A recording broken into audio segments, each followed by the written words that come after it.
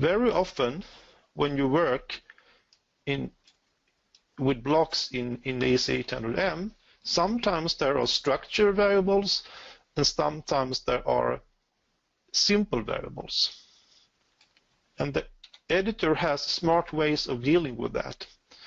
So let's first create a variable which is of type bool IO.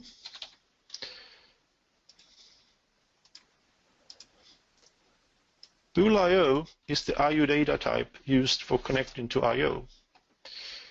But that actually has a number of parameters inside, and sometimes I want to connect to just a subset of those. So if we do an AND gate like here, connecting this one to this one should not be possible, and it isn't really possible. But if I try to do it, I get an editor asking for what component did you want to connect to? Well, I want to connect to the forced value, for instance, in order to know if someone actually forced the IO.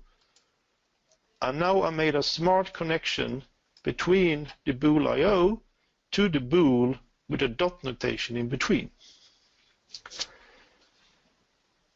Another way of working in a similar fashion is to click the variable, use port visibility, and say, I would also like to see the status.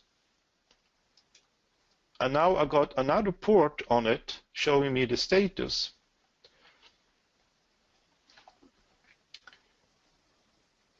There are other ways of doing the same thing.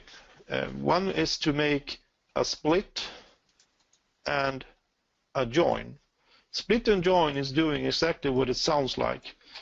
You can connect the Boolean IO to it, and it will now give me all the components as ports from that one.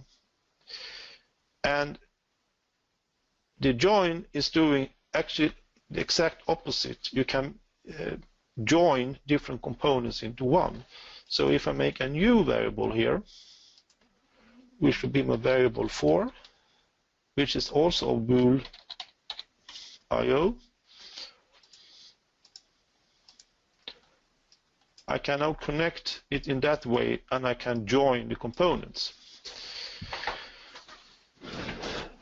Beware that the split and join actually copies all of the components. So in this case, all the components of the bool IO will be copied down here,